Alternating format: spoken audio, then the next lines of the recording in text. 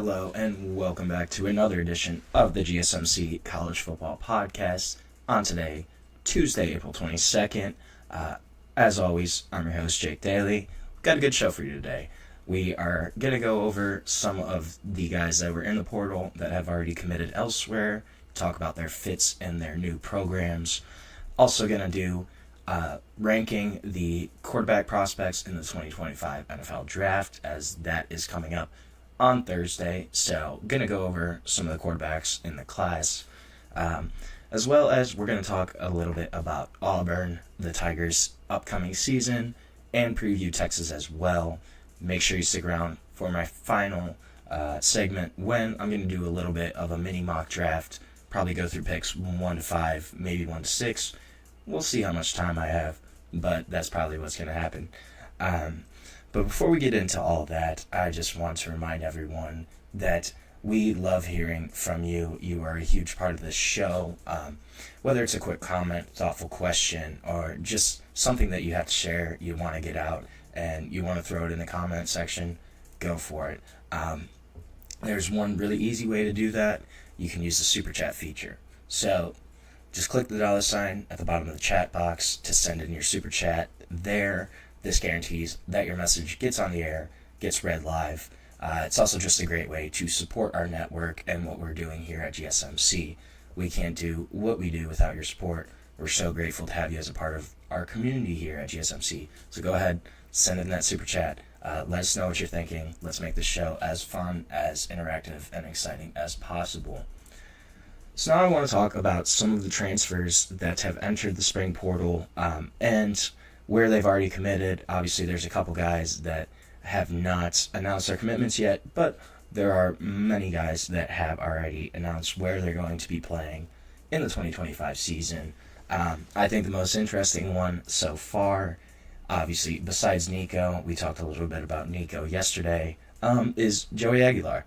And the quarterback trade, essentially, is now complete. Joey Aguilar going from Appalachian State to UCLA in the December portal. Obviously, with Nico going to UCLA this year, he entered the portal again, and he's going to replace Nico at Tennessee. Honestly, I really like this move a lot from both sides, Aguilar and Tennessee. Makes a lot of sense. Tennessee only had 2 quarterbacks in that room after Nico left, George McIntyre, Jake Merklinger. Neither of them have really played a lot either, so young and experienced room. Joey Aguilar is going to come in and be an established starter already. Not the best 2024 season, had 3,000 passing yards, 23 touchdowns, 14 picks. His completion percentage wasn't great. It was right around 55%. But 2023, he had a much better year. He had 3,700 passing yards that season, had 33 touchdowns, only had 10 interceptions, completed about 64% of his passes then. So if he's able to get back to that 2023 form, and with the offense in place at Tennessee, as well as just the caliber of talent across the board, obviously they're going to have more talent than Appalachian State or even UCLA. They're going to have more talent there. Joey Aguilar is going to be in a much better position to succeed. If he can get back to that 2023 level, Tennessee's going to be in a really solid spot here. And this is a guy that I think this move makes a lot of sense. Kind of fun that they basically got traded for each other, him and Nico. You don't really see that in college football, but I think that's a guy that's going to have a really successful year at Tennessee. Makes a lot of sense for that program. Really solid fit there. Another guy I was looking at was Jack Endries. Now, this is the tight end from Cal. He is now going to be a Texas Longhorn. Freshman All-American 2023. Was really solid last year. 3rd in the ACC among tight ends. Had 56 catches, 623 yards, 2 touchdowns. And that 56 catches was a team high. So the leading receiver at Cal. And he is going to go replace Gunnar Helm at Texas. Gunnar Helm, obviously, on to the NFL draft. And he really had a solid year for Texas. 60 catches, had almost 800 receiving yards, had 7 touchdowns, second team all SEC. So this is going to be a guy whose production is going to be really missed for Texas. But Jack Endries is going to come step in, hopefully fill that role. They really had a young tight end room besides Jack Endries. Without that addition, it was going to be a young, really inexperienced tight end room. So Jack Endries is going to come in, fill that role that Gunnar Helm filled, and this is a really good landing spot for him. One of the other stats from Jack Endries that I really liked was he has turned 55 catches into first downs over the past 2 years. That's second among all returning FBS tight ends in the country. And that's going to be a really solid security blanket, safety option for Arch Manning as he's coming into his first year as a starter. He's going to need guys that he can rely on, especially when his first or second read isn't there. That's when you look to your tight end. That's when you look to your running back. Jack Endries is going to be a really solid safety option for him. And I think that Texas is a really good landing spot there. It just makes a lot of sense. They needed to replace Gunnar Helm. This is going to be a guy that's going to step in and hopefully fill that void for the Longhorns. We're going to talk a little more about their season later, but wanted to preview him first. Julian Neal is another guy I think could be really solid. He's going from Fresno State to Arkansas this season. Cornerback, really physical cornerback. He's 6'2", 200. So impressive size and physicality for the position. Good instincts, pretty productive player at Fresno State. Only allowed 12 catches last year on 33 targets. Had 2 interceptions, 6 pass breakups as well, and 5 tackles for loss, which is a pretty solid stat for a cornerback, I think. The one thing he's going to need to do is prove that he can hang with smaller, quicker, more explosive receivers.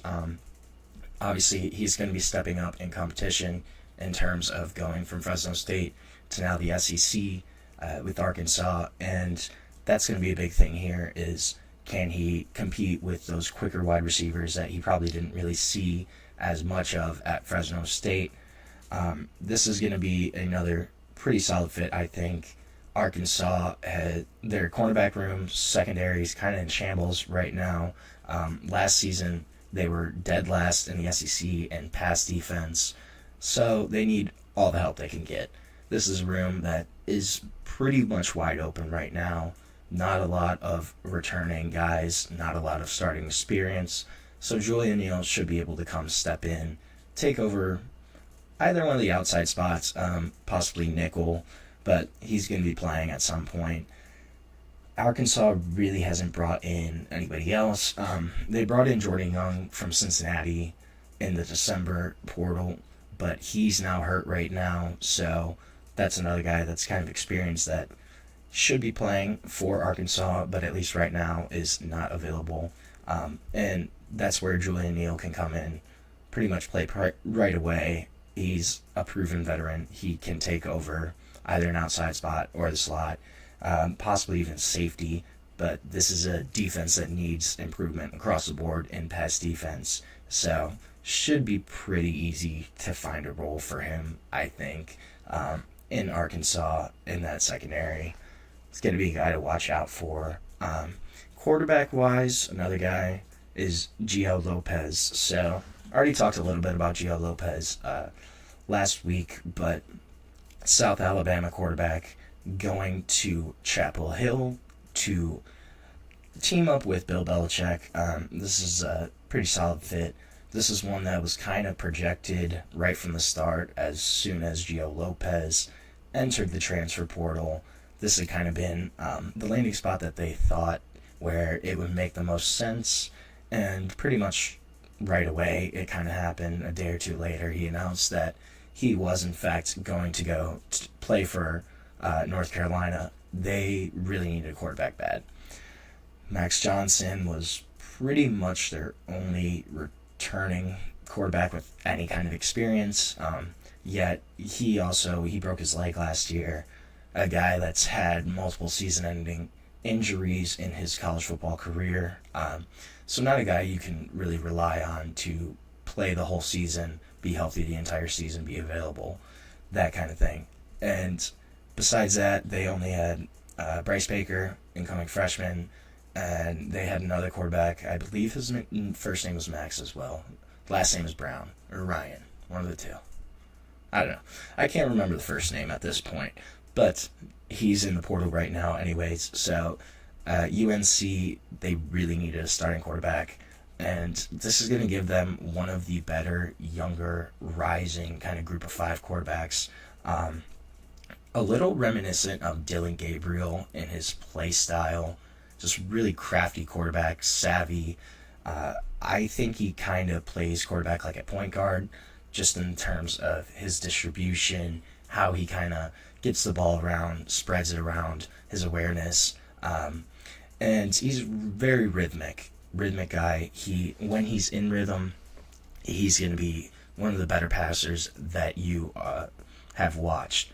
But if he kind of gets off kilter, off rhythm a little bit, that's where he kind of struggles. That's going to be the big thing for Gio Lopez, is just staying on track, staying on schedule, and just kind of letting everything flow. We're going to see, though, kind of how this shakes out. UNC, they've had a bunch of guys enter the portal. Didn't really have a strong year last year. But this could be a place where Gio Lopez maybe elevates their level of play a little bit. Possibly they win a couple more games than people are expecting. I don't think they're going to have a great year this year, personally, but that's kind of my opinion. I don't know. I think year 2 might be more of Belichick's time to shine compared to this year. But one last guy that I'm looking at, too, is Demarion Thomas. He was a Vanderbilt D tackle. Just announced that he's transferring to Oklahoma State, going to go play for Mike Gundy in Stillwater. And this is a guy that's definitely going to get playing time for the Cowboys this season. Started all 13 games at Vanderbilt last year. Played in 10 games as a true freshman in 2023. And this is also kind of a homecoming for him. He's from Oklahoma, originally from Tulsa. So coming back into the state, going to play for Oklahoma State. Then this was a team that needs a ton of help across the board. Oklahoma State has brought in like 30 transfers this year. Went 3-9 last year. They're really trying to overhaul from last season. Mike Gundy got rid of his coordinators. Pretty much an entire new coaching staff. Pretty much a brand new roster too. But this is going to be a guy that definitely is going to compete for playing time for Oklahoma State. Last season had 34 total tackles, had 1 sack. But this is a big body that they can put in the middle of that defensive line. And that's going to be key for Oklahoma State, especially because they were one of the worst defenses in their conference last season. Gave up 5.4 yards per carry in terms of rushing attacks, rushing carries. And this is a guy that they can use to help plug that hole, hopefully kind of clean up the run game, the run defense a little bit, and see improvement across the board. Honestly, this is a team that they need to get better in all facets. I think Demarion Thomas really kind of helps them do that and achieve that goal. So we're going to take our first break of the show right now. When we come back, we're going to talk a little bit about the NFL draft, and we are going to rank the quarterbacks in this year's draft class, top 5 guys that I think are going to be, how they're ranking, how they shake out. I don't love this draft quarterback class personally, but we're going to talk a little bit more about it after our break. So we'll be back shortly on the GSMC College Football Podcast. I feel like I'm losing my mind. Is everybody in the world blind? Please, Lord, give me a sign, a sign.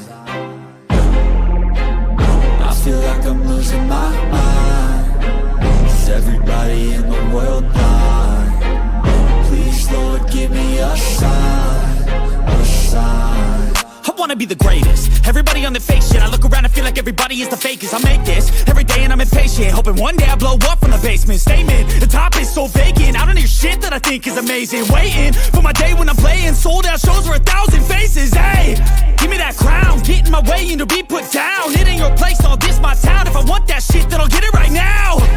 I'm losing it, the noose it fits. I'm losing shit, a stupid myth. You choose to live or choose to dip. You choose to fight or lose your grip and lose a gift. I feel like I'm losing my mind. Is everybody in the world blind? Please, Lord, give me a sign, a sign. I feel like I'm losing my mind. Is everybody in the world blind? Welcome back to the GSMC College Football Podcast on this Tuesday, April 22nd, a couple days before draft day, going to be on Thursday.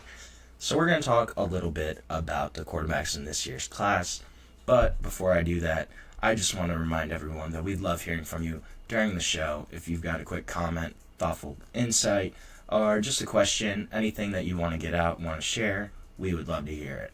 This show is all about you, and we want to make it as exciting, as interactive as possible. One way to ensure that you're on the show is to use the Super Chat feature. Just go and click the $sign at the bottom of the chat box to ensure that your Super Chat gets in and gets on the air. This is just a great way to support our channel. We use all the support. We love having you as a part of our community here at GSMC. We're so grateful for all of it.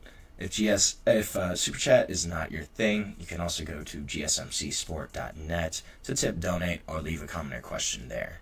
We're so grateful for all y'all, and we love you and your support here at GSMC. Now, today is Tuesday. We got 2 days until draft day, and I want to talk a little bit about the quarterbacks in this year's class. Personally, I am really not a fan of this year's quarterback class. I think that these guys probably, I don't know if there's any guys that are going to be full-time starters at a high level. I think there's a couple guys that could be decent to, middle upper kind of starters. But this is not a class I'm really high on. I think the number one quarterback, though, I think for sure is going to be Cam Ward. Obviously, transferred. Went to Incarnate Word originally, FCS level. Went to Washington State, had a really solid year there. Went to Miami this past season, played really well. This is a guy I think has the most capability of being a successful NFL quarterback. I think the one word that I use always for Cam Ward is nonchalant. I've never really seen a guy kind of operate in the pocket like Cam Ward does.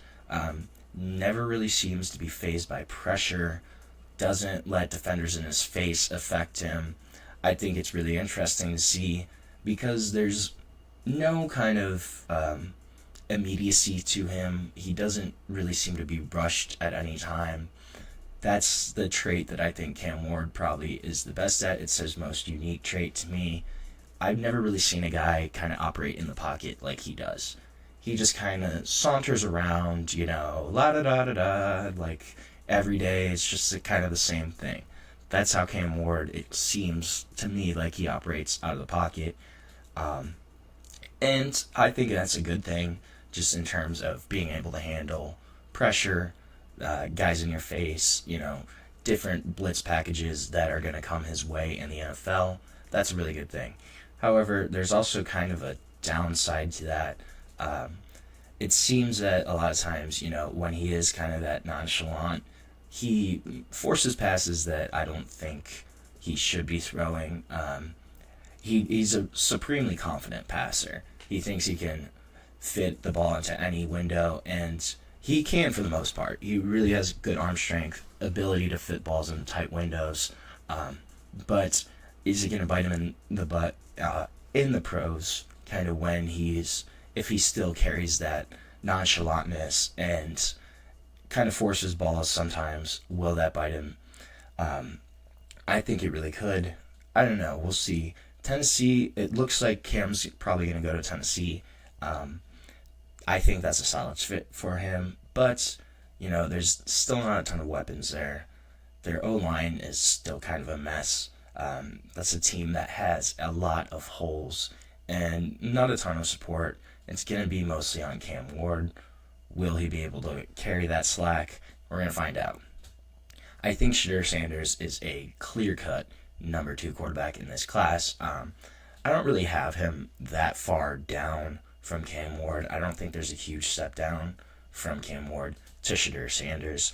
I don't think either of these guys would have been top 15 picks in the past two draft classes. Last year's class, we had, 5 or 6 quarterbacks get drafted. I think Cam, at best, would probably be the 5th or 6th quarterback in that draft class. And same with Shedeur. I think Shedeur is probably even a little farther down. But Shedeur has a lot of good qualities. Dealt with one of the worst offensive lines in the country, easily. Got sacked a bunch. Part of that, I think, is just holding the ball a little too long. Trying to force it, trying to make a play when there's nothing really there. But this is a guy that's a really strong pocket passer. I think he fits well in kind of a play-action system. If Cleveland were to take him, I don't think that's going to happen. If anything, I think maybe they get him at the end of the first if he kind of drops. But that's a good system for him, I think. The Stefanski, Kubiak kind of play-action style of offense, I think that fits Shedeur Sanders really well. This is a guy that on the high end I think could be kind of a Kirk Cousins type player, possibly a Dak Prescott. I think they're all kind of similar in terms of play style. But Shedeur, I think, also has a really solid floor just because he's already dealt with a terrible offensive line. He's, dealt with pressure throughout his college career. But he still has a really strong completion percentage throughout his college career, still making good decisions with the football. I think that's something that gets overlooked a lot, is how much you do complete your passes in college. The guys that are more accurate normally have a higher floor, in my opinion, and Shedeur Sanders is definitely one of the more accurate passers in this year's draft class. My number 3 guy, who is getting first round buzz, I personally don't see it, but Jackson Dart is going to be my number 3 quarterback here. I will say I am not a Jackson Dart fan. Personally, his play style kind of rubs me the wrong way, but this is a guy, if everything clicks for Jackson Dart, he has the intangibles, he has the tools. He's 6'2", 220, big body, smart, athletic runner, able to extend plays. I just have a couple of concerns with Jackson Dart. I think the main thing for me is his processing. He, in Lane Kiffin's offense as a starter, most of those wide receivers are open half of the time. Jackson Dart rarely has to go past his first or second read. And you look at the guys he had in that room the past couple of years, Trey Harris, Juice Wells this past year, Jordan Watkins. These guys were all really elite wide receivers. Even in the last year, he had Jonathan Mingo at one point. Guys that were really strong wide receivers, able to get open. I think the big thing with Jackson Dart is going to be, can he actually get to his third read? He hasn't really shown it in college. And that's one area he definitely needs to improve on, because I think a lot of times once he got to his second or third read, he would just kind of take off. The other thing with Dart, with the taking off, is the kid never slides. He never slides. You're a quarterback, man. You can't be getting hurt. He never slides. I've watched a lot of Ole Miss football. I've seen Jackson Dart slide maybe 2 or 3 times. Always going to fight for extra yards, which, love the competitive spirit. But at the same time, man, you're the quarterback. You can't be taking hits every single play. Jackson Dart has taken some major hits throughout his college career. That's one thing that I wonder, if he is a starter, will his body hold up full time? Just from the amount and the quality of hits that he's taken already in his college career, the dude needs to learn how to slide. If he's going to keep running as a quarterback, he needs to learn how to slide. That's my thing with Jackson Dart. I think there's a couple. The one landing spot for him that I think is really strong would be the Los Angeles Rams at 26. I think Jackson Dart, that's probably his best shot to be a legit NFL starter if he goes to the Rams. sits behind Matthew Stafford for a year, gets in McVay's offense. That's the kind of landing spot that I think Jackson Dart could be really successful with. I don't see him being successful in a place like Cleveland or New York with the Giants. I just don't think that would be conducive to his development. But that's my little Jackson Dart rant. The kid needs to learn how to slide. That's all I'm going to... That's the last time I'll say it, though. My fourth quarterback, I think this is going to be a little shocking, possibly. I don't have Tyler Shough. I don't have Jalen Milroe. I think it's Quinn Ewers. I really think that the fourth quarterback in this class is Quinn Ewers. Now, I think he's getting a little discredited, probably just from his teammates at Texas, kind of the guys he had around him. But listen to the stats, though. 2023, 3,400 passing yards, 22 touchdowns, only 6 interceptions, 69% completion percentage. Did drop off this past season a little bit, but only had... His passing yards went from 3,479 to 3,472, which I thought was kind of funny. So, at least consistent in the passing yard category for sure. But touchdowns went up. He went from 22 to 31. He did have more interceptions, though. He went from 6 to 12. So, 9 more touchdowns, 6 more interceptions. Completion percentage dropped to about 66%, 65.8. Those are really good numbers, though. And I get that he did have Matthew Golden, Isaiah Bond, Cup, the past few years, Gunnar Helm, really solid running game. But the kid has still produced. He was a 5-star quarterback. He has the size. I think he's smart enough. Why is he not being talked about more? Is there something behind the scenes? I don't know. I just feel really strongly that I think Quinn Ewers has been more productive than Jalen Milroe. He's been more successful than Jalen Milroe. With Tyler Shough, he's younger than Tyler Shough. Tyler Shough, I don't know. I go back and forth on him. 26 years old. The name that comes to my mind is Brandon Weeden. If you know who Brandon Weeden is, Oklahoma State quarterback that got drafted by the Browns 2012, I think. 2012 or 13. But first round quarterback, he was like 27 years old and was terrible. But I don't know. I think that's the one thing with Tyler Shough is he already maxed out? Is he already fully developed? Besides that, though, that could be a guy that kind of steps in week 1. I think if you're looking for a quarterback to start week 1 for you out of this class, besides Cam Ward, it's probably Tyler Shough. But I'm still not the biggest fan personally. I can't get over the age right now. I think that's my big kind of question mark with him is, when you're already going to be 26 years old as an NFL rookie, have you kind of already maxed out your development, what you can do? I think it's very possible, but I could be very wrong there. I could be very wrong. I'm not going to lie. We'll see. I don't know. I don't feel strongly about Tyler Shough right now, at least enough to really rank him higher on this list. That's just kind of my little take on that. But right now, we're going to take our second break of the show. When we come back, we're going to talk a little bit about the SEC, go over the Auburn Tigers and their upcoming season this year. So stick around on the GSMC College Football Podcast. Looking for your daily fix of sports talk without having to pay for it? GSMC Sports Network is available on YouTube. Just search GSMC Sports Network. Get your fix of daily sports talk shows on YouTube, absolutely free. NFL, college football, NBA, MLB, MMA, UFC, fantasy football, and so much more.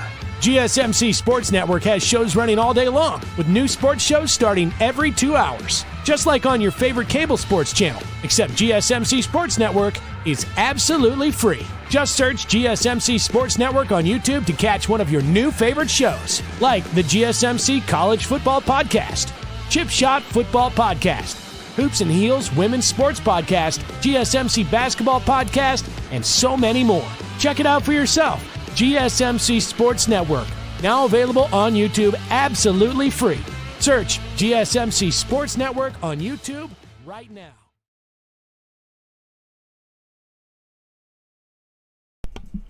Welcome back to the GSMC College Football Podcast. Just talked a little bit about the quarterbacks in this upcoming draft. We're going to switch gears, talk a little bit about Auburn and their upcoming season.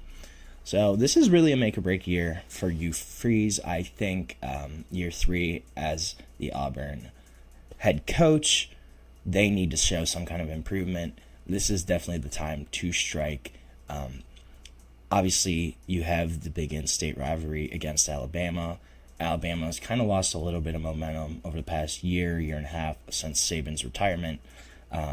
If the state's going to be switched at all, flipped in momentum, this is, I think, the year that Auburn needs to do it, needs to have a strong year, but it's going to be tough for them. Quarterback-wise, this room has been completely rebuilt. And honestly, that's not a bad thing. So Peyton Thorne's gone, Walker White's gone, Hank Brown is gone. All those guys from last year, all gone this year.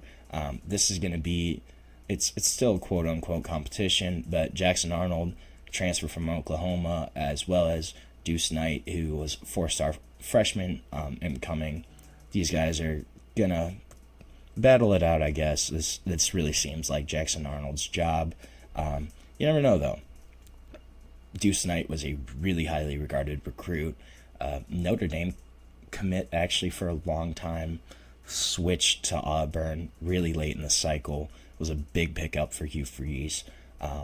Kid's got a live arm. That's really probably his biggest calling card right now, is just his arm strength, the ability to fit balls in really tight windows, get it there with some zip.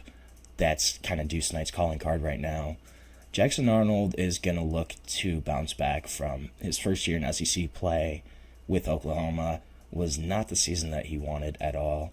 I looked at his numbers, and I was kind of shocked by the production. He only had 1,400 passing yards last year and only 12 touchdowns, which I didn't realize. I was like, that's kind of it.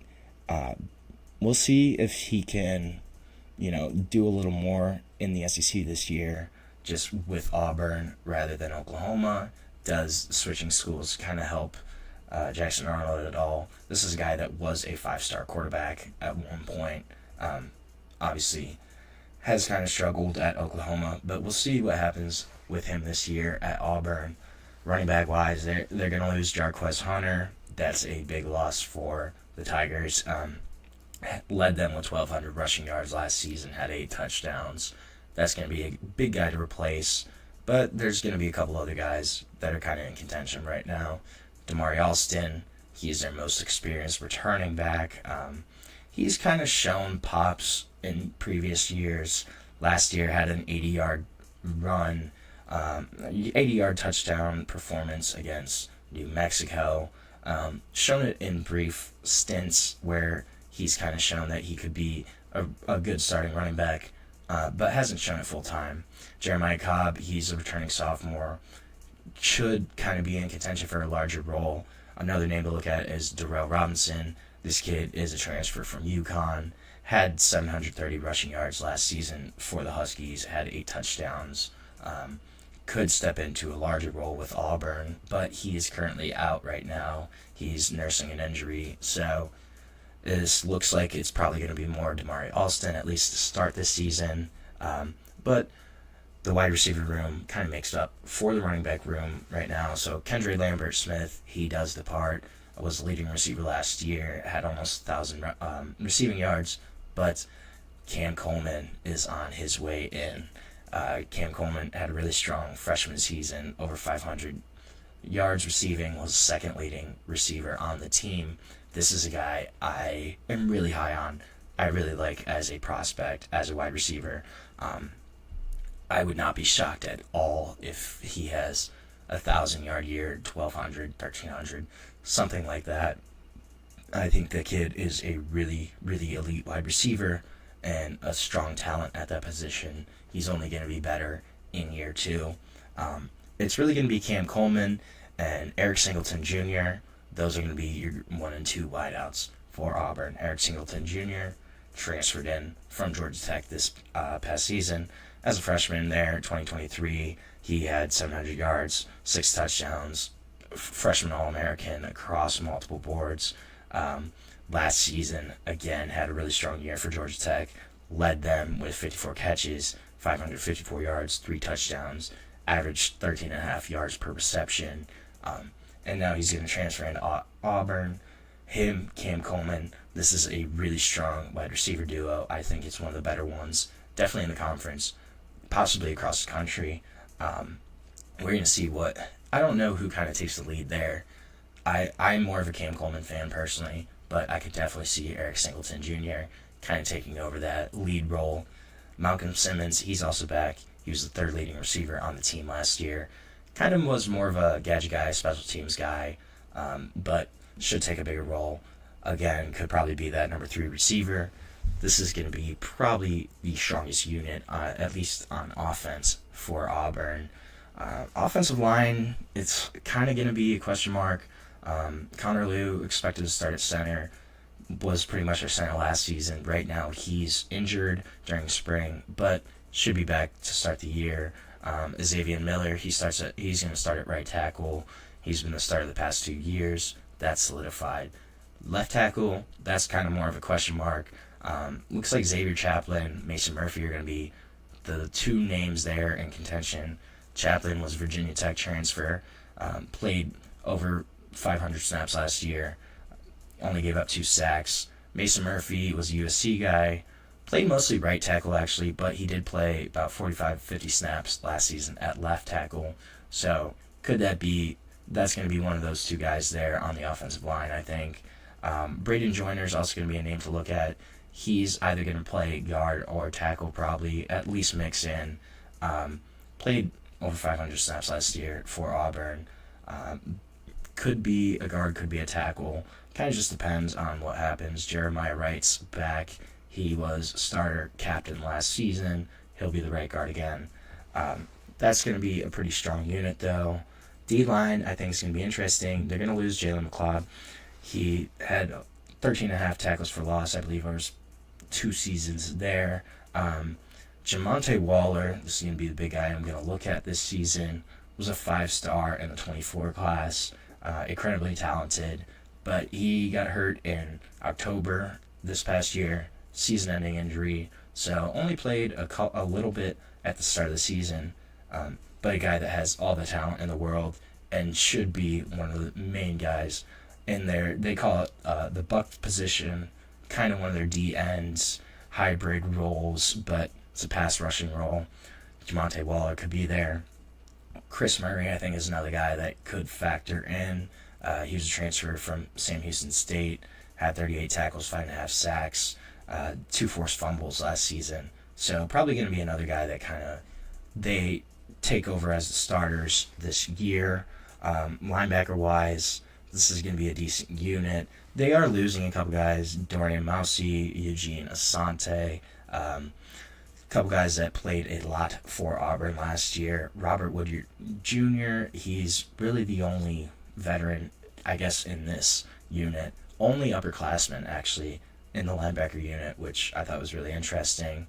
But he played in 10 games last year, had 17 tackles, didn't start, but should kind of step into one of those starting roles.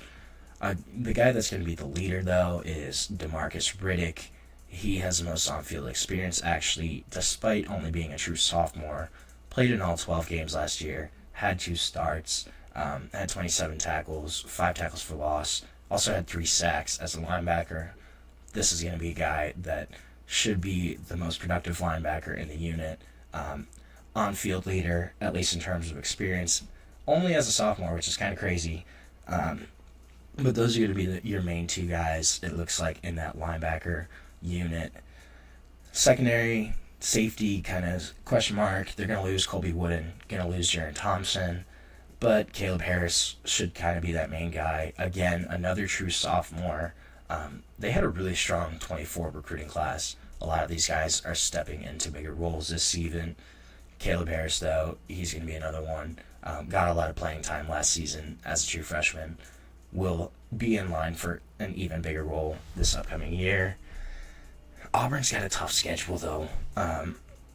September 20th, they go to Oklahoma. I think they win that game, but I just circled it for Jackson Arnold homecoming, how he's going to play, being back at Oklahoma. I think is going to be an interesting storyline there. I think they do win that game, though. But the next week, then, they have to go play at Texas A&M. College Station's always a tough place to play. Then they have a bye. Then the week after that, the October 11th, they have Georgia at home. I doubt they win that game. That's always kind of a toss-up, though. It's a rivalry that Auburn normally plays up to Georgia. So you never know. But 10-18, they got to play Missouri. I think they'll beat Missouri. I don't think Missouri's going to have a great season. But then they go at Arkansas, which I think is going to be a tough game for them. Versus Kentucky at home. That series has kind of been a toss-up in the past couple of years. Then they go to Vanderbilt, who I think Vanderbilt is going to be decent again this year. Then they have Bama at home. So I think of those 7 games, I think they probably go 3-4, maybe 4-3, maybe they steal another 1 or 2 of those. But I think this is going to be, it's going to be an interesting year for Auburn. They're really going to have the spotlight on them, especially in the state of Alabama. Will this be the season they kind of flip momentum? If they can beat Bama in the Iron Bowl, if they can have a stronger season overall, can they kind of flip that in-state momentum? It's going to be something to see. That's going to be a big storyline here for this upcoming season, especially on the Plains. So we're going to take another break on the show. When we come back, we're going to preview another SEC team, talk a little bit about Texas, and what's happening for the Longhorns this season. So stick with us. We'll be back shortly on the GSMC College Football Podcast.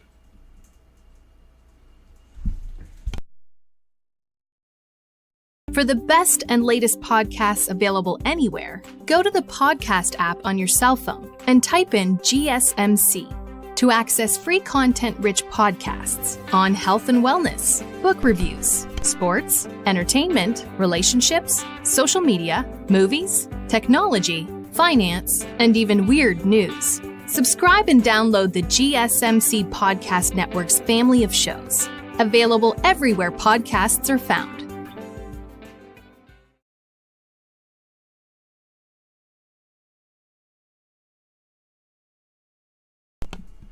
Welcome back to the GSMC College Football Podcast, presented to you by the GSMC Podcast Network.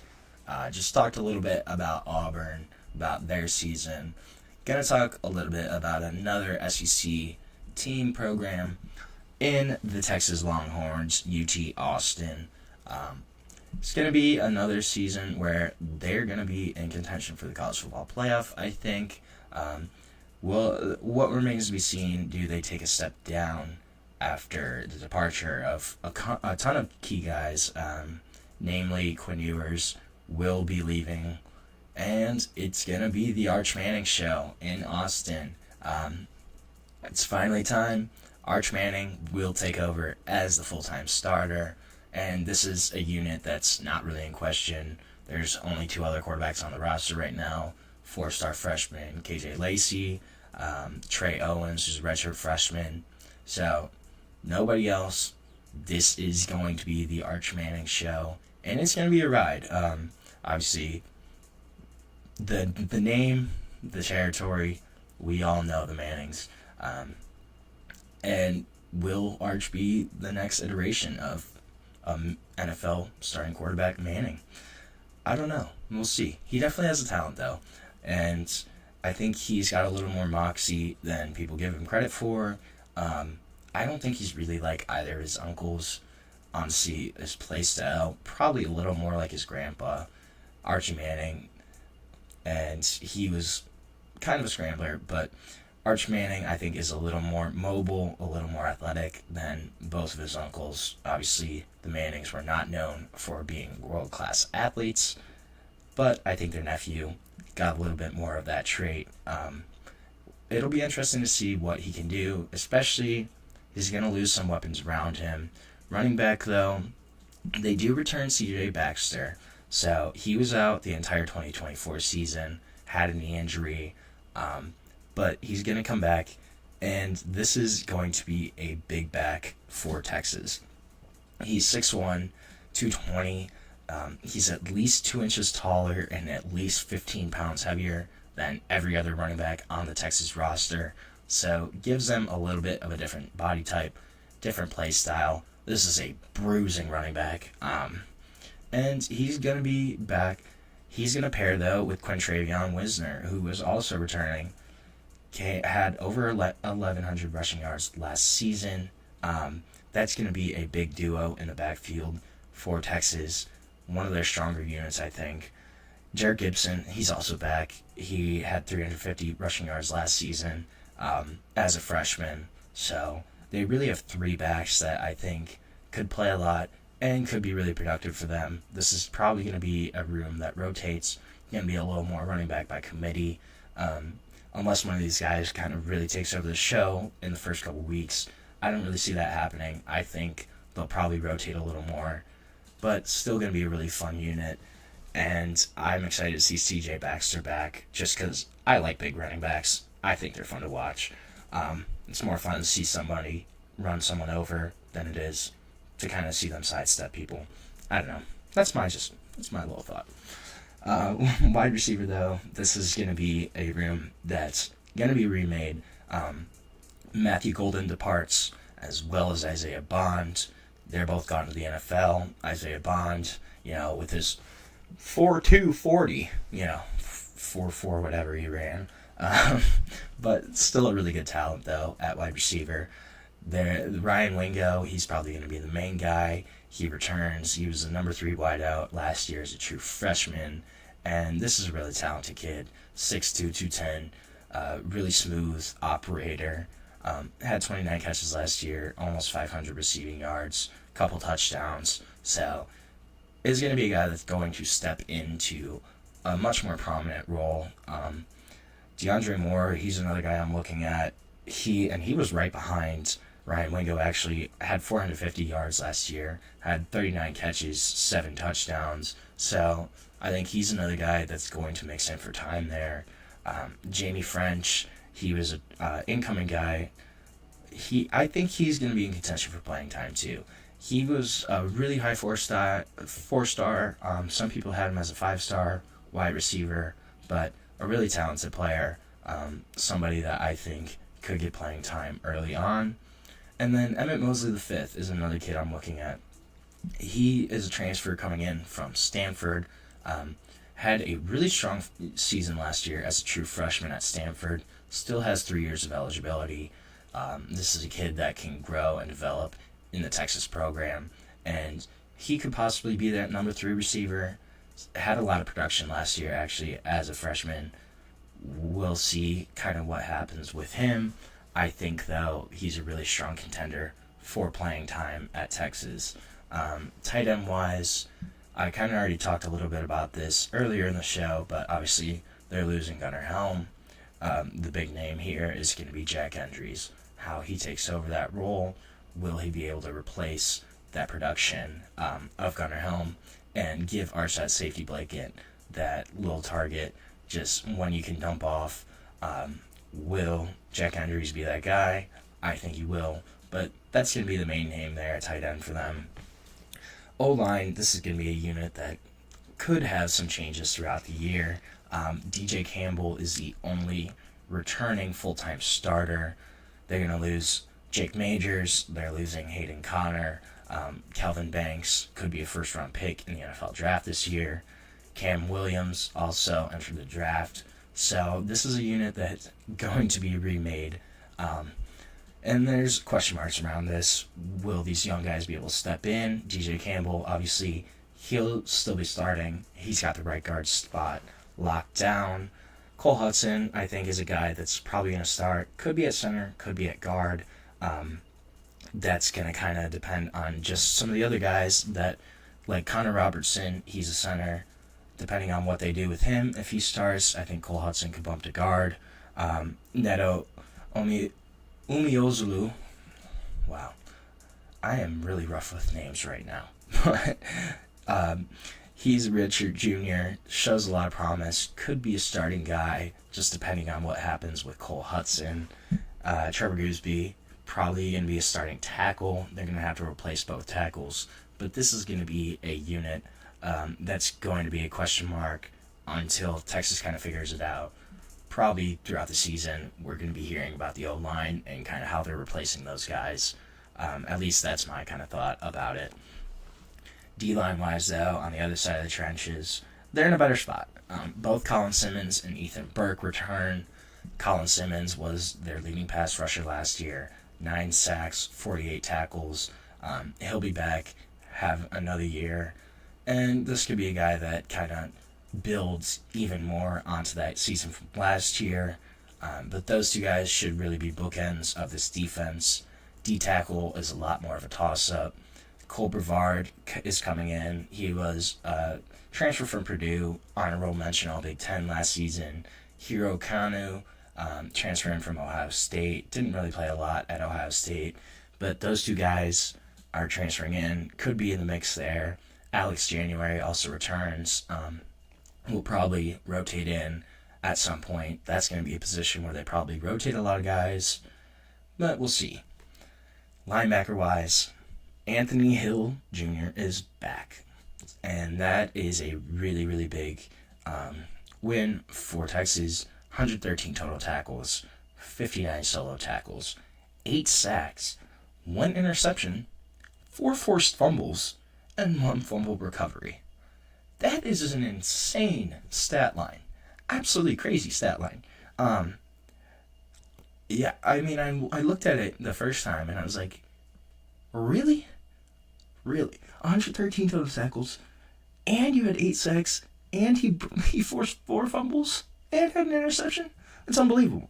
So, but Anthony Hill is going to be the main guy there. Obviously, has a ton of range, has a lot of versatility, able to rush the passer, able to cover, able to make tackles, finish tackles. That's going to be their main guy at Texas. Trey Moore is going to be interesting. He's going to transition to the weak side linebacker spot after being more of an edge rusher. He was a former AAC Player of the Year at UT San Antonio. This is a guy that has a lot of pass rushing juice. Question mark is how well will he transition to kind of a more off-ball linebacker role, more playing in open space, playing in coverage. That's going to be the question mark with Trey Moore. I think it would be interesting to look at. Secondary-wise, Malik Muhammad is the headliner for me. I think he's one of the top cornerbacks in the country. There's going to be a lot of eyes on him this year, especially after the departure of Jahdae Barron. This is going to be Malik Muhammad's unit. It's his cornerback 1 spots to lock down. Jalen Gilbo, he's also going to play at some point, probably play more of a hybrid role. Could play safety, could play corner. Then there's a couple other guys, Jelani McDonald, Michael Tafe, Gordon Johnson-Rubel. They're all probably going to mix in for playing time there. It's going to be interesting to see who locks down that spot opposite of Malik Muhammad, but at least that 1 corner spot is locked down for sure. Schedule-wise for Texas, obviously week 1 against Ohio State at Ohio State. I think it's going to be a really interesting matchup. I'm not sure who honestly pulls that one out. I think it's going to come down to quarterback play. They're going to have 2 new starters on both sides of the ball for Texas and Ohio State. It's going to be interesting. I think it's going to come down to who plays better between Arch Manning and most likely Julian Sand, possibly Lincoln Keenholz. But besides that, I really don't think there's a lot of teams on this year's schedule that are going to give Texas a scare. One game I circled was October 4th. They have to go play at Florida in the Swamp. I think that's a possible trap game, depending on what's going on with DJ Lagway, how Florida's playing. I think they're a much better team program than people realize. That's going to be a game that I think could be a trap for Texas. And then, you have the big one November 15th, they have to go to Athens, play in Sanford Stadium against the Georgia Bulldogs. And that's going to be a tough one. Again, Georgia's going to have a new quarterback too. So, kind of going to be a toss-up. We're just going to see how their seasons are going. But that's going to be another tough game for Texas to win. Then also, just rivalry weekend, they do have Texas A&M at home this year. I think that's big for them. But they should take care of business against Texas A&M. But I think this is a team that, again, is going to be in contention for the college football playoff. I think on the low end of projections, they're maybe an 8-4 team. I kind of doubt that. I think 9-3 probably. And then on the high end, it's very possible that they only lose one game or maybe none. I kind of doubt they run the table. I think they lose to either Ohio State or Georgia. But, it's very possible. But this is, again, going to be a team that we're going to have to look at. We're going to have to watch out for this upcoming season. And it's going to be all eyes on Arch Manning. We're going to see what he can do. Will he be the next generation of Manning superstars? We're going to have to find out. Right now, we're going to take another break on the show. When we come back, we're going to talk a little bit do a little mini mock draft. Talk a little bit about the draft and who I think is going where. So, we'll be back shortly on the GSMC College Football Podcast.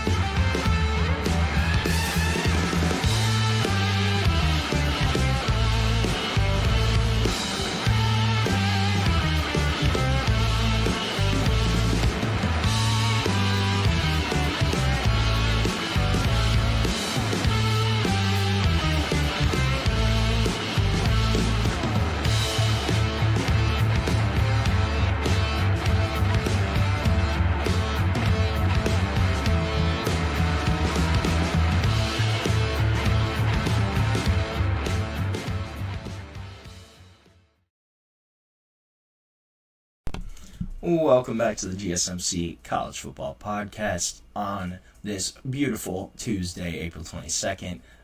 Only 2 days away from draft day. It's draft eve, I guess.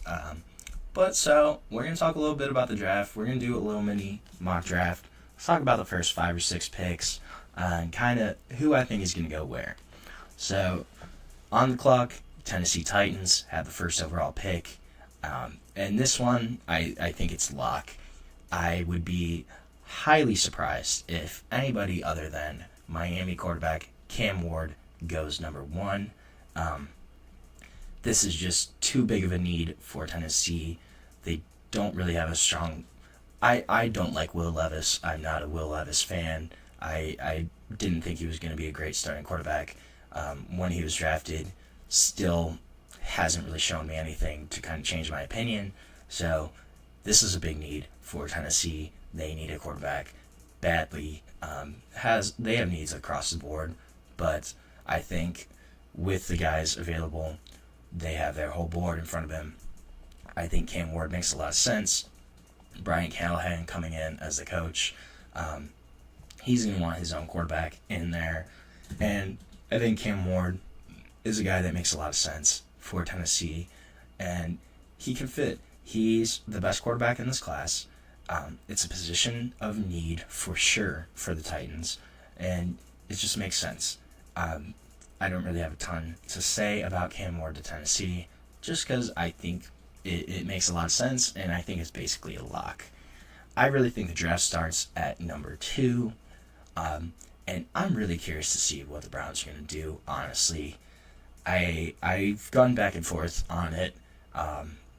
Just growing up in Cleveland, know a lot about the Browns, obviously, this could go one of two ways. It really seems like it's going to be Travis Hunter right now.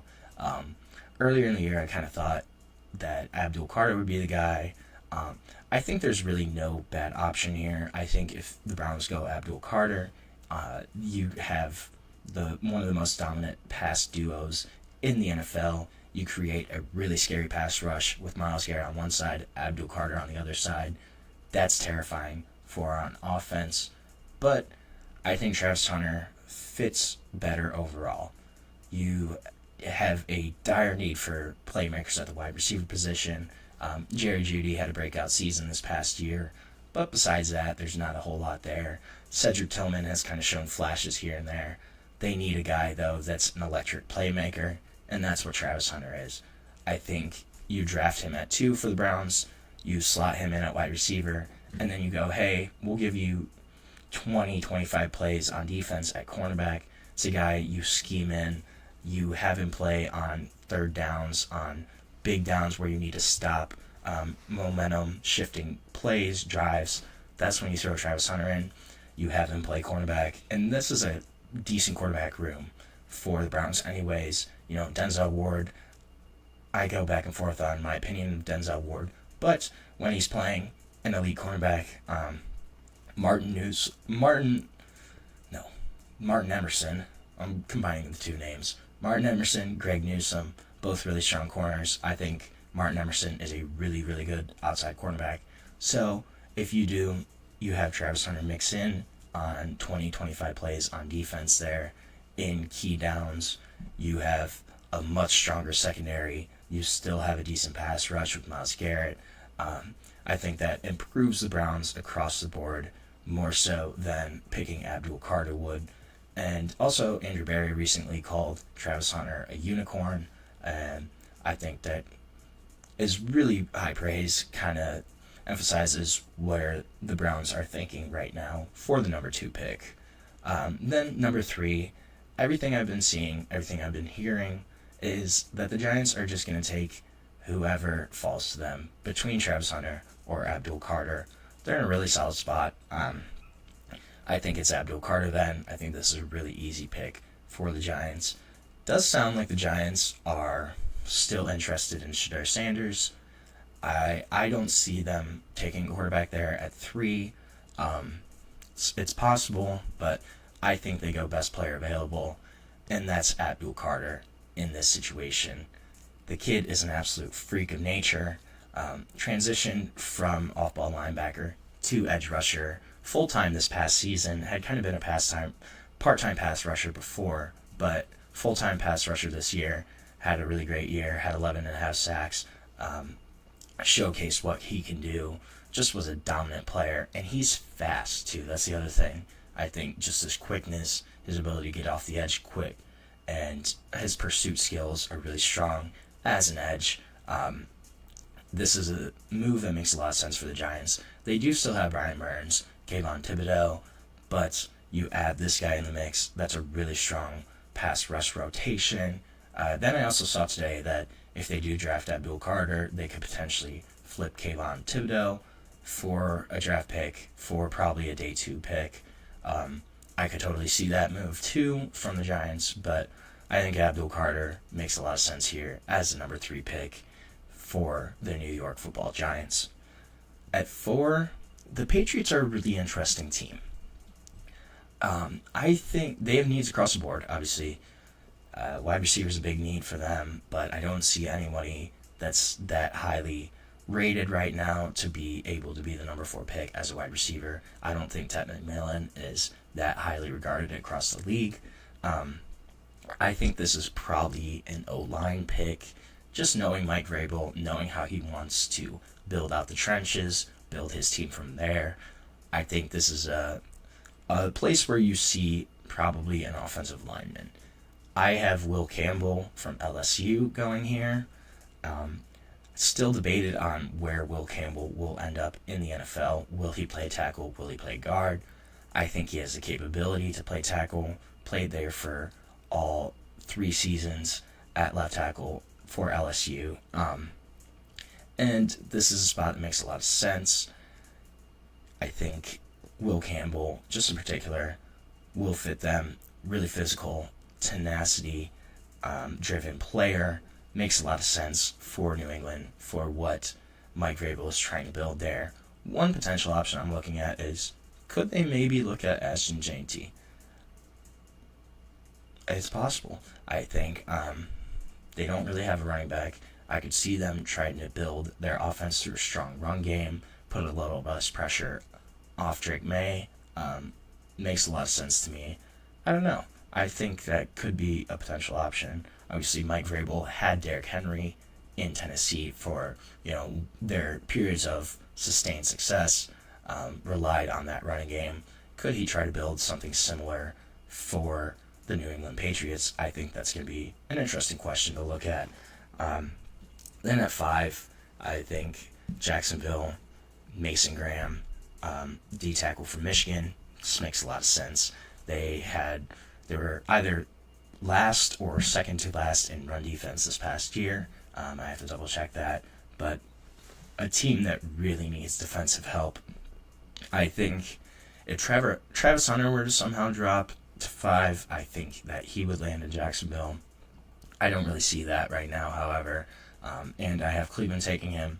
So I think Mason Graham makes the most sense. He fills a big need for them at that defensive tackle position and could be a guy that's just the anchor in the middle of that defensive line.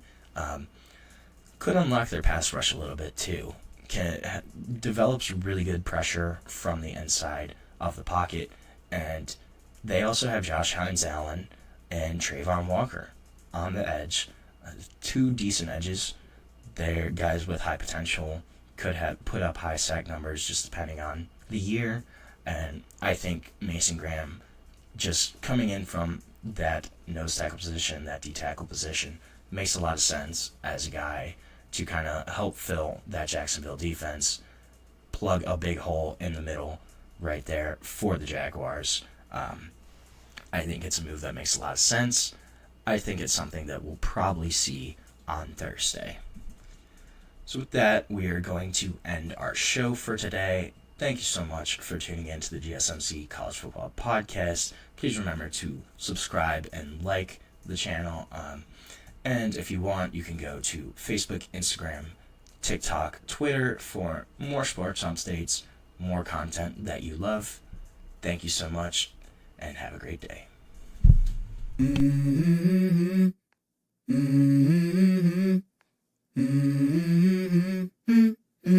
Let's go. I wake up to a little bit of drool on my pillow, feel like it's gonna be a bad day. Yeah, I'm tired of shit, and the coffee